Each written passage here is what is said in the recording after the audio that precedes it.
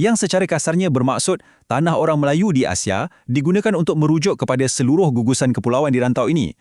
Sesuatu idea tu kan, dia akan jadi lebih real bila dah dilukis atas peta.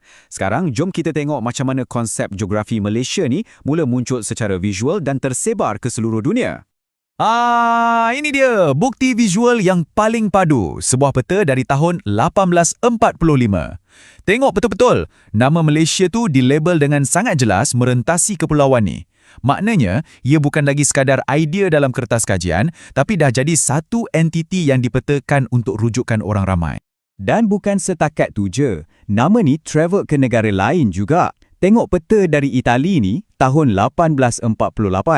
Ia guna nama Malaysia, kiranya versi Itali untuk Malaysia. Ini buktikan yang istilah geografi ni dah diterima pakai secara meluas di peringkat antarabangsa, terutamanya dalam kalangan pembuat peta Eropah. Jadi, besar mana sebenarnya konsep Malaysia pada zaman tu?